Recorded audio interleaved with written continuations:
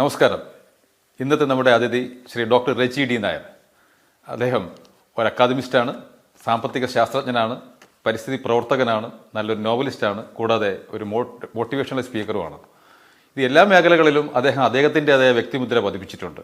25-ലധികം പുസ്തകങ്ങളും 75-ലധികം ഗവേഷണ പ്രബന്ധങ്ങളും ദേശീയ അന്തർദേശീയ ജേണലുകളിൽ അദ്ദേഹത്തിൻ്റെതായി തന്നെ ഉണ്ട്. അമേരിക്കൻ കോൺഗ്രസ് ലൈബ്രറിയിലും ഓസ്ട്രേലിയൻ പാർലമെന്റ് ലൈബ്രറിയിലും അദ്ദേഹത്തിന്റെ പുസ്തകങ്ങൾ കോട്ടിയിട്ടുണ്ട്. ഉന്നത വിദ്യാഭ്യാസ രംഗത്ത് അനേകം അനുഭവ സമ്പത്തുള്ള വ്യക്തിയാണ് അദ്ദേഹം. Africa, India, UAE, Saudi Arabia എന്നിവിടങ്ങളിലെ സർവകലാശാലകളിൽ അദ്ദേഹം പ്രൊഫസറായിട്ട് സേവനം അനുഷ്ഠിച്ചിട്ടുണ്ട്. ദേശീയ അന്തർദേശീയ പ്രൊഫഷണൽ എല്ലാ സംഘടനകളുമായിട്ട് അദ്ദേഹം നിരന്തര സഹകരണത്തിൽ ഉള്ള ഒരു വ്യക്തിയാണ്. അദ്ദേഹത്തിന്റെ പുസ്തകങ്ങൾ ഫ്രഞ്ച്, ജർമ്മൻ, സ്പാനിഷ്, ഇറ്റാലിഷ്, റഷ്യ ഭാഷകളിൽ വിവർത്തനം ചെയ്യപ്പെട്ടിട്ടുണ്ട്. കൂടാതെ അദ്ദേഹത്തിന്റെ പ്രധാന പഠന മേഖലകൾ പ്രകൃതി സംരക്ഷണം, വനസംരക്ഷണം, പ്രകൃതി വിഭവങ്ങളുടെ മാനേജ്മെന്റ് തുടങ്ങിയ മേഖലയിലാണ് അദ്ദേഹത്തിന്റെ പ്രധാനമായിട്ടുള്ള പഠനങ്ങൾ കേന്ദ്രീകരിക്കുന്നത്.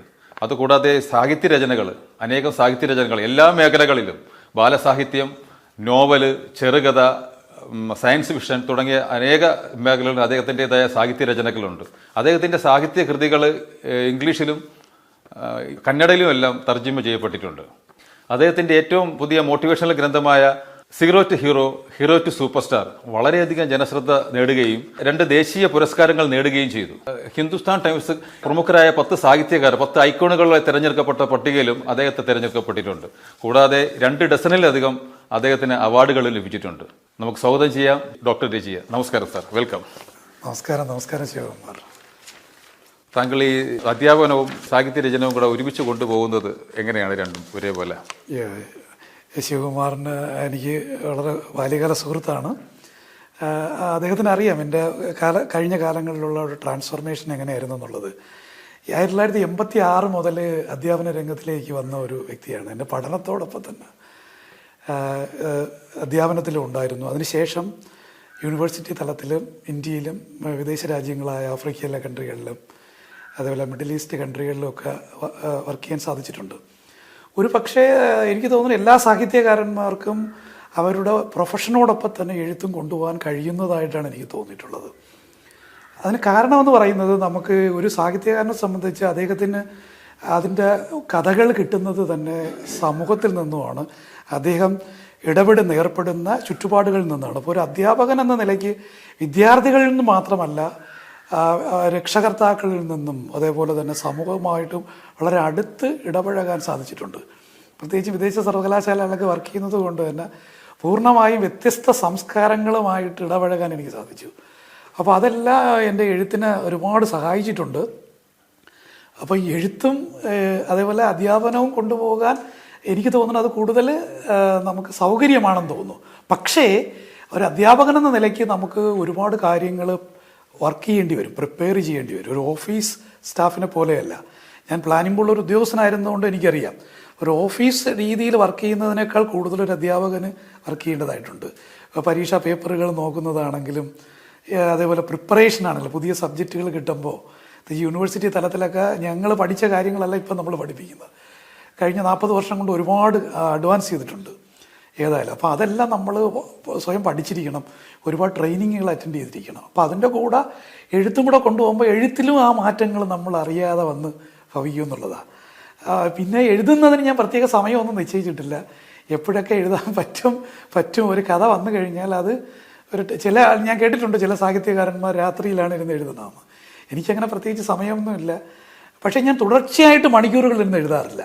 എങ്കിൽ അതെൻ്റെ രചനയെ ബാധിക്കും. കൂടിപ്പോയ 1 മണിക്കൂർ, അതിനപ്പുറം ഞാൻ തുടർച്ചയായിട്ട് എഴുതാറില്ല. പിന്നെ ഞാൻ അടുത്ത ഇതിലേക്ക് പോവുകയാണ്. എൻ്റെ അതായത് മോട്ടിവേഷൻ പുസ്തകങ്ങൾ വായിച്ചിട്ടുള്ളതുകൊണ്ടാവണം അങ്ങനെ ഒരു രീതി എനിക്ക് ഉണ്ടാക്കിയെടുക്കാൻ കഴിഞ്ഞത്. സർ, താങ്കളുടെ ആദ്യത്തെ കൃതി ഒരു ബാലസാഹിത്യമാണ്, ഒരു ഗ്രാമത്തിലെ അവധിക്കാലം. 2003 അത് പ്രസിദ്ധീകരിച്ചത്. എങ്ങനെയാണ് ആ കൃതിയിലേക്ക് എത്തപ്പെട്ടത്? വളരെ നല്ലൊരു ചോദ്യം അത്. എൻ്റെ പ്രസിദ്ധീകരിക്കുന്ന ആദ്യത്തെ സാഹിത്യകൃതി 2003 ഇറങ്ങുന്ന ഗ്രാമത്തിലൊരു അവധിക്കാലം. ശരിയാണ്, അതാണ്. അതായത് നമ്മുടെ കുട്ടിക്കാലം, നമ്മുടെ ബാല്യകാലം, 1970കളിലെ നമ്മുടെ ബാല്യകാലമാണ് 2003 ഇറങ്ങുന്ന ആ പുസ്തകത്തിൽ ഇതിവൃത്തം എന്ന് പറഞ്ഞാൽ. ആ പേര് തന്നെയുണ്ട്, ഗ്രാമത്തിൽ ഒരവധിക്കാലം എന്നുള്ളത്. ആ കഥയിൽ 2 കുട്ടികളുണ്ട്, 2 കഥാപാത്രങ്ങൾ. ഒരു കുട്ടി പട്ടണത്തിൽ വളരുന്ന കുട്ടിയും ഒരു കുട്ടി ഗ്രാമത്തിൽ വളരുന്ന കുട്ടി ഒരു ബന്ധുക്കളാണ്. അങ്ങനെ പട്ടണത്തിൽ വളരുന്ന കുട്ടി ഗ്രാമത്തിൽ വരുമ്പോൾ ആ ഗ്രാമത്തിൻ്റെ ഭംഗിയും അതേപോലെ ഈ കുട്ടിക്ക് ഒരു മുത്തച്ഛനുണ്ട്, ഒരു ഗാന്ധിയനായ മുത്തച്ഛൻ. അപ്പോൾ അതിലൂടെ ഒരുപാട് ആദർശങ്ങൾ, നാടിൻ്റെ നന്മ, ഗ്രാമങ്ങളുടെ ഭംഗി, ഈ സ്നേഹം, ഇതൊക്കെ ആ മുത്തച്ഛനിൽ നിന്നും ഈ കുട്ടി മനസ്സിലാക്കുകയാണ്. അവസാനം ഈ കുട്ടിക്ക് ഈ വെക്കേഷൻ കഴിഞ്ഞ് തിരിച്ചു പോകാൻ തോന്നുന്നില്ല. ഇതാണ് ഇതിൻ്റെ. നമുക്കറിയാം നമ്മുടെയൊക്കെ കുട്ടിക്കാലം അത്രമാത്രം സുന്ദരമായിരുന്നു. പലപ്പോഴും നമുക്ക് ഇന്നത്തെ കുട്ടികളെ കാണുമ്പോൾ ഇന്നത്തെ ആർട്ടിഫിഷ്യൽ ഇൻ്റലിജൻസും മൊബൈൽ ഫോണും അല്ലെങ്കിൽ ഡിജിറ്റൽ യുഗത്തിൽ ജീവിക്കുന്ന കുട്ടികൾക്ക് അത്തരം നന്മയുള്ള ഒരു കാലഘട്ടം നഷ്ടപ്പെട്ടിട്ടുണ്ടെന്ന് നമുക്ക് തോന്നാറുണ്ട്. പക്ഷേ ഇപ്പോഴത്തെ കുട്ടികൾ തിരിച്ച് നമ്മളെ കളിയാക്കാറാണ് പതിവ്. കാരണം നിങ്ങളെ ബാല്യകാലത്ത് ഈ മൊബൈൽ ഫോൺ ഇല്ലല്ലോ എന്ന് അവർ പറഞ്ഞ് പരിഹസിക്കാറുണ്ട്. പക്ഷേ നമുക്ക് തോന്നാറുണ്ട് ഈ ഗ്രാമത്തിൻ്റെയും സ്നേഹത്തിൻ്റെയും നന്മ, മനുഷ്യബന്ധങ്ങളുടെ നന്മ പണ്ടുണ്ടായിരുന്ന അത്ര ഇന്നില്ല. അപ്പോൾ ആ ഒരു കുട്ടികളുടെ ആ നോവലിൽ അതാണ് ഇതിവൃതം. ആ കൃതി ഇംഗ്ലീഷിൽ ട്രാൻസ്ലേറ്റ് ചെയ്തിട്ടുണ്ട്, സമ്മർ വെക്കേഷൻ എന്നും പറഞ്ഞിട്ട്. അത് ഡൽഹിയിലുള്ള ഒരു പബ്ലിഷറാണ് ചെയ്തത്. അത് നല്ല രീതിയിൽ പോയ ഒരു പുസ്തകമാണ്. എനിക്കൊരു ഇൻ്റർനാഷണൽ അവാർഡ് സിംഗപ്പൂരിൽ നിന്ന് എനിക്ക് ആ പുസ്തകത്തിന് കിട്ടി. അത് വളരെ പണ്ട് തന്നെ 2006-ലോ 2007-ലോ. പക്ഷേ എനിക്ക് യാദൃച്ഛികമായിട്ട് എനിക്ക് ആ പുസ്തകത്തിന് അവാർഡ് വാങ്ങാൻ എനിക്ക് പോകാൻ പറ്റിയിട്ടില്ല. അങ്ങനെ ഒരു അനുഭവം എനിക്ക്. അന്ന് ഞാൻ ആഫ്രിക്കയിൽ വർക്ക് ചെയ്യുകയാണ്. അപ്പോൾ ഒരുപാട് നന്മകളുള്ള തന്നൊരു പുസ്തകമാണ്. ശരിയാണ്. പക്ഷേ ഈ സാഹിത്യകൃതി ആദ്യമായിട്ട് 2003-ലാണ് പ്രസിദ്ധീകരിക്കുന്നത്. അതിനു മുമ്പ് 2002-ൽ പരിസ്ഥിതി സംരക്ഷണം 21-ാം നൂറ്റാണ്ടിൽ എന്നൊരു പുസ്തകമല്ലേ ആദ്യം പ്രസിദ്ധീകരിച്ച്, ഗവേഷണ പുസ്തകം പോലെ. എങ്ങനെയാണ് അതിലേക്ക് എത്തിപ്പെടാനുള്ള സാഹചര്യം? വളരെ ശരി. അങ്ങ് താങ്കൾ ആദ്യം പറഞ്ഞതുപോലെ ഞാനൊരു പരിസ്ഥിതി പ്രവർത്തകൻ എന്ന നിലയ്ക്ക് ഒരു ആക്ടിവിസ്റ്റ് എന്ന് വേണമെങ്കിൽ പറയാം, എൻവയോൺമെൻ്റലിസ്റ്റാണ്. മനസ്സിലെപ്പോഴും പരിസ്ഥിതി. കാരണം നമ്മളൊക്കെ കുട്ടിക്കാലം വളർന്നത് ഗ്രാമത്തിലാണ്. ആറ്റിങ്ങലിനടുത്തുള്ള ഒരു ഗ്രാമത്തിലാണ് വളർന്നത്, കരിച്ചിയിൽ എന്ന് പറയുന്ന ഗ്രാമത്തിൽ. അപ്പം നമുക്ക് കുട്ടിക്കാലത്ത് പാടവും പാടത്തിലൂടെ നടന്നു പോകുന്ന ഏകദേശം 2-3 കിലോമീറ്റർ നടന്നാണ് സ്കൂളുകളിൽ പോകുന്നത്. അപ്പം അങ്ങനെ നന്മകൾ കണ്ട് വളർന്ന ഒരു വ്യക്തി എന്ന നിലയ്ക്ക് നമുക്കറിയാം 90-കളിലാണ് ഈ കേരളത്തിലെ ലാൻഡ് ചേഞ്ചസ് വളരെ മാസീവായിട്ട് നടക്കുന്നത്. അത് പാടങ്ങൾ നികത്തി മറ്റ് കൃഷികളിലേക്ക് പോകുന്നു. അതുകൊണ്ട് തന്നെയാണ് എൻ്റെ ഗവേഷണത്തിന് ഞാൻ എടുത്ത വിഷയവും പാഡി ലാൻഡ് കൺവേർഷനെ കുറിച്ചാണ് ഞാൻ തുടങ്ങുന്നത്. പിന്നെ അത് ഒരു മേജർ ലെവലിൽ ലാൻഡ് യൂസ് ചേഞ്ചിലേക്ക് പോയി. അപ്പോൾ ഇതൊക്കെ എൻ്റെ ഉള്ളിലുണ്ടായിരുന്നു. ഈ പരിസ്ഥിതി ധ്വംസനം നമുക്ക് സഹിക്കാൻ പറ്റില്ല. അതുകൊണ്ട് തന്നെ ഞാൻ വളരെ പണ്ട്, എനിക്ക് തോന്നുന്നു 1980-ലോ 89-ലോ മറ്റുമാണ് നമ്മുടെ അവിടെ ജ്യോതിർഗമയ എന്ന് പറഞ്ഞൊരു പരിസ്ഥിതി സംഘടന രൂപീകരിച്ചിട്ടുണ്ട്. ആ കാലഘട്ടങ്ങളിൽ ആ കാലത്ത് ഒരുപാട് ആക്ടിവിറ്റീസ് നമ്മൾ ചെയ്തിട്ടുണ്ടായിരുന്നു. ഞാൻ ഇതിന് ശേഷം ആഫ്രിക്കയിൽ പോയപ്പോൾ യൂണിവേഴ്സിറ്റിയിൽ അവിടെ ഒരു പരിസ്ഥിതി സംഘടന തുടങ്ങി. അത് വലിയ സംഘടനയാണ്, റിഫ്റ്റ് വാലി എൻവയോൺമെൻറ്റ് സൊസൈറ്റി. ഈ സംഘടനയുടെ അതിൽ തലപ്പത്തിരിക്കാൻ സാധിച്ചു. അതിൻ്റെ ലേബലിൽ എനിക്ക് UNEP-യുടെ ഒരു കോൺഫറൻസിൽ, US-ൽ വെച്ച ഒരു കോൺഫറൻസിൽ ഒരു 2006-ൽ പങ്കെടുക്കാൻ സാധിച്ചിട്ടുണ്ട്. ആ കാലഘട്ടങ്ങളിൽ UNEP-യുടെ വെബ്സൈറ്റിൽ എൻ്റെ ഫോട്ടോയും എൻ്റെ പേപ്പറും ഒക്കെ വെച്ചിട്ട് വെബ്സൈറ്റിൽ അന്നുണ്ടായിരുന്നു. അപ്പോൾ ഈ പരിസ്ഥിതി എന്ന് പറഞ്ഞൊരു സംഭവം എൻ്റെ ഉള്ളിലുണ്ടായിരുന്നു. ഞാൻ 97-ൽ സംസ്കൃത യൂണിവേഴ്സിറ്റിയിൽ വർക്ക് ചെയ്യുകയാണ്. അപ്പോൾ തിരൂർ ആണ് ഞാൻ ജോലി ചെയ്യുന്നത്. അന്ന് ഞാൻ താമസിക്കുന്നത് തുഞ്ചൻ പറമ്പിലാണ്. തുഞ്ചൻ്റെ മണ്ണിലിരുന്നാണ് സത്യത്തിൽ ഞാൻ ഈ പുസ്തകം എഴുതുന്നത്. പക്ഷെ അത് പ്രസിദ്ധീകരിക്കുക 97-ൽ എഴുതിയ പുസ്തകം പ്രസിദ്ധീകരിക്കുന്നത് 2002-ലാണെന്നുള്ളതേ ഉള്ളൂ. അപ്പോൾ ഈ പരിസ്ഥിതി ഇനി അതിനുശേഷം വന്ന പല ഇംഗ്ലീഷ് പുസ്തകങ്ങളിലും ഇപ്പോഴെൻ്റെ എഴുതിയ 25 പുസ്തകങ്ങളിൽ പകുതിയിൽ കൂടുതൽ എനിക്ക് തോന്നുന്നു പരിസ്ഥിതി എന്നുള്ളൊരു സംഭവം ഉണ്ട്. അത് വിട്ടിട്ടൊരു കളിയില്ല, ഇപ്പോഴും അത് ഉള്ളിലുണ്ട്. അങ്ങനെയാണ് ആദ്യത്തെ പുസ്തകം. ഞാൻ അതിൽ തീർച്ചയായിട്ടും എനിക്കതിൽ സന്തോഷമുണ്ട്. ആ പുസ്തകത്തിന് അവതാരിക എഴുതിയത് വിജയാനന്ദ് സാറാണ്. അന്ന് പ്ലാനിംഗ് സെക്രട്ടറി ആയിരുന്നു. പിന്നെ അദ്ദേഹം ചീഫ് സെക്രട്ടറി ആയി. പിന്നെ വലിയ പദവികളിലൊക്കെ അദ്ദേഹം എത്തി. അദ്ദേഹമാണ് ആ പുസ്തകത്തിന് അവതാരിക എഴുതിയത്. അങ്ങനെ ഒരു സന്തോഷമുണ്ട്. ഇപ്പോൾ ഈ ആഫ്രിക്കയെ കുറിച്ച് താങ്കൾ ഇപ്പോൾ സൂചിപ്പിച്ച്, താങ്കൾ ആഫ്രിക്കയിൽ പ്രൊഫസറായിട്ട് ജോലി ചെയ്യുന്ന സമയത്താണ് അനേകം കൃതികൾ രചിക്കുകയുണ്ടായി. അതെന്താണ് അങ്ങനെ ആഫ്രിക്കയിൽ പോയതിനു ശേഷം അത്തരം കൃതികൾ രചിക്കാനുള്ള ഒരു പ്രചോദനം? അവിടുത്തെ എന്തെങ്കിലും കാലാവസ്ഥയോ അവിടുത്തെ പ്രകൃതിപരമായ കാര്യങ്ങളോ എന്തെങ്കിലുമൊക്കെ അദ്ദേഹത്തെ താങ്കളെ സ്വാധീനിച്ചു? വളരെ നല്ലൊരു, വളരെ ഇഷ്ടപ്പെട്ടൊരു. ഞാൻ പല വിദേശ 17ഓളം രാജ്യങ്ങൾ സന്ദർശിക്കാൻ എനിക്ക് ഭാഗ്യം ഉണ്ടായിട്ടുണ്ട്. അതിൽ എനിക്ക് ഏറ്റവും ഇഷ്ടപ്പെട്ട രാജ്യങ്ങളെല്ലാം ആഫ്രിക്കൻ കൺട്രീസാണ്. അതെന്തുകൊണ്ടെന്ന് പറഞ്ഞ ഒരു പരിസ്ഥിതി ഒരു പ്രവർത്തകനെന്ന നിലയ്ക്ക് അത് ഉള്ളിലുള്ളത് കൊണ്ടാവും. ഏറ്റവും കൂടുതൽ വനങ്ങളും അല്ലെങ്കിൽ പ്രകൃതിയുമായിട്ട് ഇണങ്ങി ജീവിക്കുന്ന ആൾക്കാർ ആഫ്രിക്കയിലുള്ള ആൾക്കാരാണ്. ശരിക്കും പറഞ്ഞു കഴിഞ്ഞാൽ ഏറ്റവും കൂടുതൽ 5 വർഷം ഞാൻ ആഫ്രിക്കയിൽ, അതായത് എത്യോപ്യയിൽ അർബാമിൻസ് യൂണിവേഴ്സിറ്റി എന്ന് പറയുമ്പോൾ എത്യോപ്യൻ തലസ്ഥാനമായ ആഡിസ് അബാബയിൽ നിന്ന് 500 കിലോമീറ്റർ, അവിടെ നിന്ന് ഒരു 200 കിലോമീറ്റർ പോകുമ്പോഴത്തേക്ക് നമുക്ക് കെനിയൻ ബോർഡറായി. അപ്പോൾ ഒരുപാട് വനങ്ങളിലൂടെ യാത്ര ചെയ്യാൻ എനിക്ക് ഒരുപാട് പ്രോജക്റ്റുകൾ ഉണ്ടായിരുന്നു. യൂണിവേഴ്സിറ്റി FAOയുടെ food and agriculture United Nations environment പ്രോഗ്രാമിൻ്റെത്, UNDP-യുടേത്. അപ്പോൾ ഈ ഒരുപാട് പ്രോജക്റ്റുകൾ ഉണ്ടായിരുന്നു. ഞാൻ മാത്രമല്ല, എൻ്റെ കൂടെയുള്ള ചില പ്രൊഫസേഴ്സുമായിട്ടും വിദ്യാർത്ഥികളെ ഉൾപ്പെടുത്തിക്കൊണ്ട്. അപ്പോൾ അതുകൊണ്ട് ആഫ്രിക്കയിൽ ഒരുപാട് യാത്ര ചെയ്യാനും ഞാൻ ഏറ്റവും കൂടുതൽ എൻജോയ് ചെയ്ത് വർക്ക് ചെയ്ത ഒരു സ്ഥലം എന്ന് പറഞ്ഞാൽ ആഫ്രിക്കയിലെ യൂണിവേഴ്സിറ്റിയായിരുന്നു. അതുകൊണ്ട് തന്നെ എനിക്ക് ഒരുപാട് പുസ്തകങ്ങൾ, ശരിക്കും ഞാൻ പറഞ്ഞ 4 അക്കാദമിക് പുസ്തകങ്ങൾ എനിക്ക് ആഫ്രിക്കയുടെ ഇതിൽ എഴുതാൻ സാധിച്ചിട്ടുണ്ട്. പിന്നെ സാഹിത്യകൃതികൾ കുറവാണ്, 2 സാഹിത്യകൃതികൾ മാത്രമേ ആഫ്രിക്കയിൽ. അതിൽ പ്രധാനമായിട്ടുള്ളത് ആഫ്രിക്കയെ അടിസ്ഥാനമാക്കി എഴുതിയൊരു നോവലാണ് അർബാമിഞ്ചിലെ മണിമുത്തുകൾ എന്ന് പറഞ്ഞു. പക്ഷെ അത് പ്രസിദ്ധീകരിക്കുന്ന വളരെ നാളുകൾക്ക് ശേഷമാണ് ആ പുസ്തകം ഇറങ്ങുന്നത്. എനിക്ക് തോന്നുന്നത് 2015 മറ്റോ ആണെന്ന് എനിക്ക് തോന്നുന്നു ആ പുസ്തകം ഇറങ്ങുന്നത്. പക്ഷേ ഞാനത് 2008 എഴുതിയതാണ്. കറക്റ്റ്. അവിടുത്തെ സാമ്പത്തിക സ്ഥിതി എല്ലാം താങ്കൾ പഠന ആക്കിയിട്ടുണ്ട് എൻ്റെ പുസ്തകങ്ങളിൽ. അത് വളരെ നല്ല ചോദ്യമാണ്, അത് ചോദിച്ചത് നന്നായി. ആ സാമ്പത്തിക വശങ്ങൾ മനസ്സിലാക്കിക്കൊണ്ട് ഞാനൊരു പുസ്തകം എഴുതിയിട്ടുണ്ട്, emerging Africa potential and challenges എന്ന് പറഞ്ഞ്.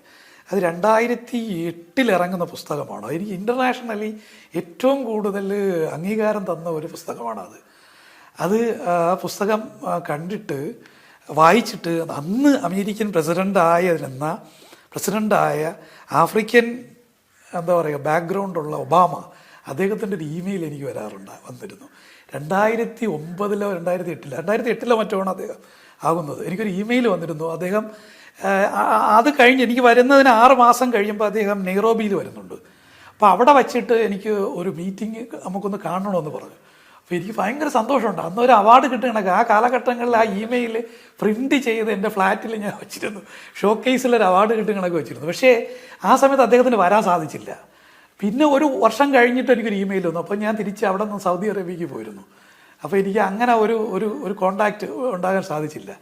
അപ്പോൾ ശരിക്കും പറഞ്ഞാൽ ആ പുസ്തകം എനിക്ക് അതിനുശേഷം ഞാൻ വീണ്ടും ആഫ്രിക്കൻ ഇക്കോണമിയെ ബേസ് ചെയ്തിട്ട് പ്രത്യേകിച്ചും പ്രകൃതിയും വനസംരക്ഷണത്തിനെയും കുറിച്ചിട്ട് വീണ്ടും ചില പുസ്തകങ്ങൾ ഞാൻ എഴുതിയിട്ടുണ്ട്.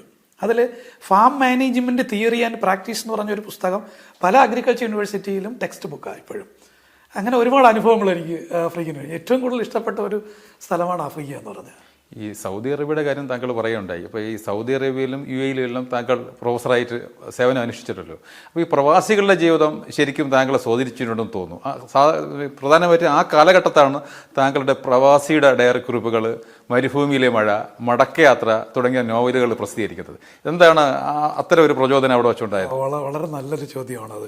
ശരിക്കും പറഞ്ഞാൽ ഞാൻ ആഫ്രിക്കയിലേക്ക് പോകുന്നത് തന്നെ ഒരു കാരണങ്ങളിലൊന്ന് ഈ സാഹിത്യരചനയെ ഉള്ളിലുള്ളത് കൊണ്ട് അവിടെ ജീവിച്ച് കഥ എഴുതണം എന്നുള്ളൊരു ഇതുണ്ടായിരുന്നു എൻ്റെ ഉള്ളിൽ.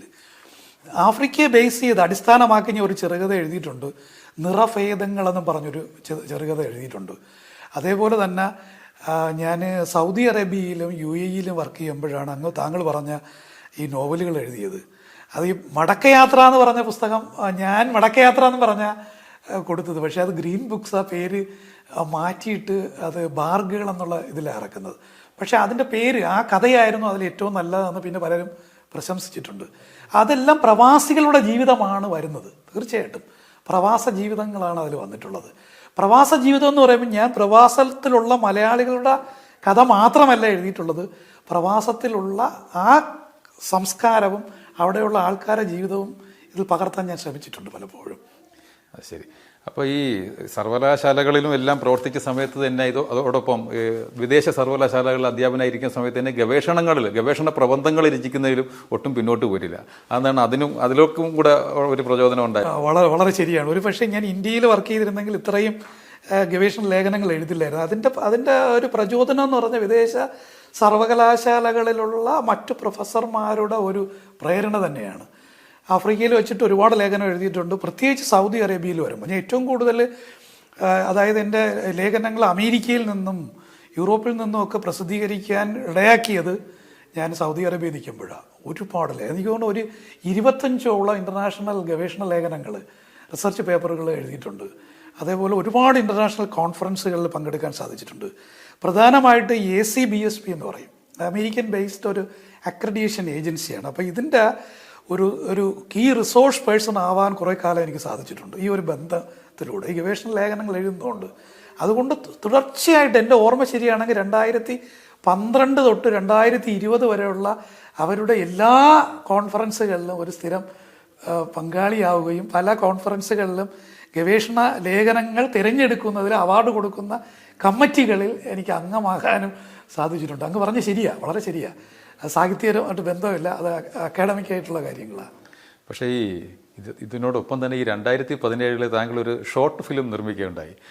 അതിലോട്ട് എത്തപ്പെടാനുണ്ടായ സാഹചര്യം എന്താണ്? അതൊരു നല്ലൊരു കാര്യമാണ്. എൻ്റെ ചില സുഹൃത്തുക്കളുണ്ട്, അതിൽ ഒരു വ്യക്തി അങ്ങ് തന്നെയാണ്.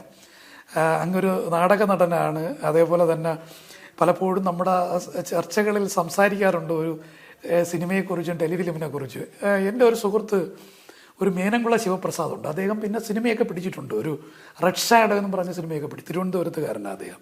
അപ്പോൾ അദ്ദേഹം ഒരിക്കൽ എന്നെ ഒരു കഥയുമായിട്ട് സമീപിച്ചു. അപ്പോൾ അത് മദ്യവർജനത്തിന് ഉള്ള ഒരു കഥയായിരുന്നു. അതെനിക്ക് ഭയങ്കര ഇഷ്ടപ്പെടുകയുണ്ടായി. ആ തീം എനിക്കിഷ്ടപ്പെട്ടു. അപ്പം ഞാൻ പറഞ്ഞു, ഞാൻ വേറെ ഒന്നും ഉണ്ടാവില്ല, ഒരു പ്രൊഡ്യൂസർ എന്ന നിലയ്ക്ക് ഞാൻ ഉണ്ടാവും. അപ്പോൾ താങ്കളും ആ ടെലിഫിലിമിൽ ഒരു കവിയായിട്ട് ഒരു പ്രധാനപ്പെട്ട വേഷത്തിൽ വന്നിട്ടുണ്ട്, എനിക്ക് ഓർമ്മയുണ്ട്.